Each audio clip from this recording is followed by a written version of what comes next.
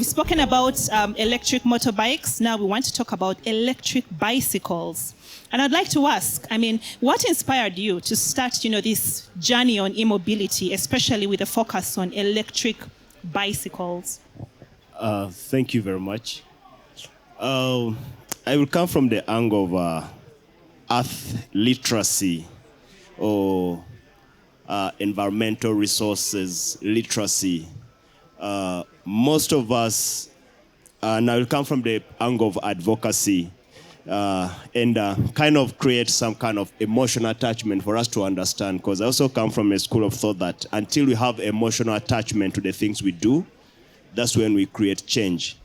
I use a bicycle as an advocacy to create awareness about environmental consciousness, environmental resources, sustainable use of environmental resources. Before I worked as promoting social cohesion between refugee and host community and sustainable use of natural resources. And most of these resources are generating conflicts in communities.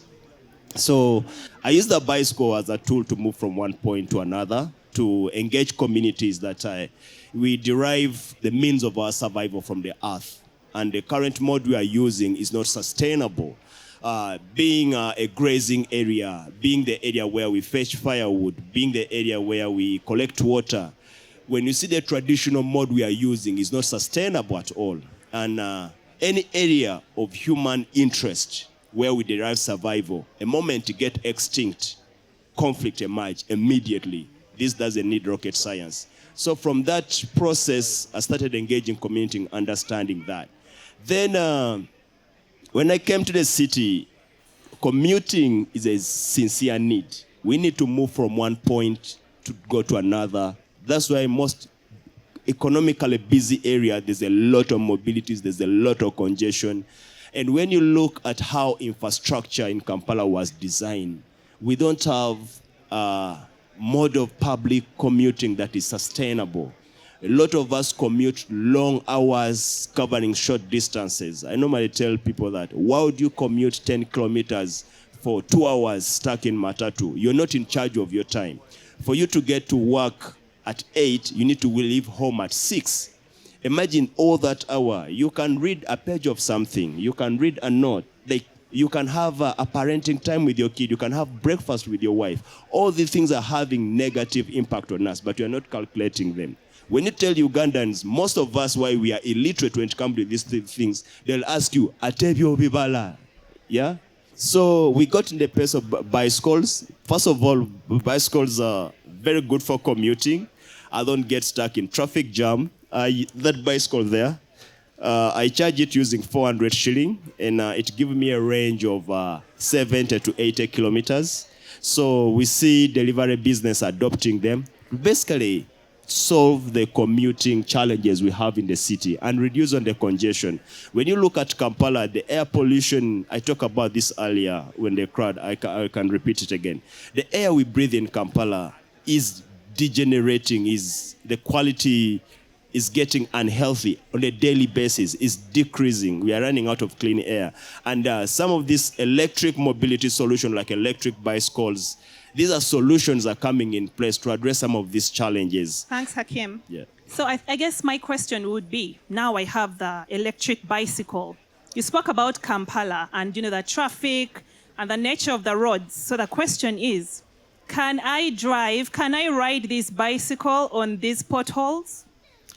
But also, tell us, have you set any record, breaking events with this bicycle? For instance, how do you have journeys that you've ridden, over long distances to speak and to preach the message about, electric mobility with bicycles? And what impact has it had?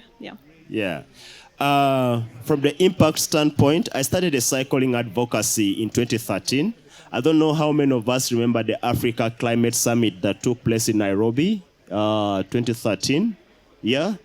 So I did a cycling advocacy from Kampala to Nairobi. It was called Cycling for Safe Cycling Lanes. Because I believe if we design safe, inclusive roads, give people advantage to commute using emitting means like walking and cycling to work safely, reducing without emitting any carbon. So the idea was approaching it from an engineering standpoint that when city planners are designing roads, which are very critical for mobility in the city, they need to integrate safe cycling lane, pedestrian lanes, wheelchair, so that enables people to move, because roads are like veins of economy. Without proper roads, economy cannot run. So from that, when I came back, I mobilized communities of cyclists. Then we started Kampala Cycling Day. Kampala Cycling Day is a cycling advocacy advocating for safe cycling tracks in Kampala, which has evolved into, through partners. We are now partnering with a project called City Move. It's under Makerere School of Public Health, called a Living Lab, where we generate knowledge that inform the engineering. At KCCA, we brought them on board. We have partners like ITDP. We have partners, like different partners came on, because when it comes to advocacy, it's not something you do alone. When it comes to public resources, like getting attention of the government has a lot of contradicting priority, that for you to be heard, you need numbers. And this is something you understand very well from the government standpoint. So I mobilize a community. We run this cycling advocacy every last Friday of the month. We meet at KCCA 8:30. Where we take that opportunity to colonize the road with bicycles, and to use bicycles as a tool of change, a tool of commuting. It's not only good for environment, but it's also good for your transport cost. My transport cost in Kampala for 2 days cannot buy a boiled egg. And I don't have a concept of transport, and I just pick my bicycle and I ride anywhere. But again, on the advocacy side, we are still advocating. We need safe cycling lane. But we all understand that transformation is a slow wheel, but it's a conversation we are having, and it's something we'd like to invite the Green Zone. We'd like to invite you to join us every last Friday of the month for that cycling advocacy, to build a community that empowers everyone. Thank you so much, Hakim, for telling us a story about riding with electric bicycles.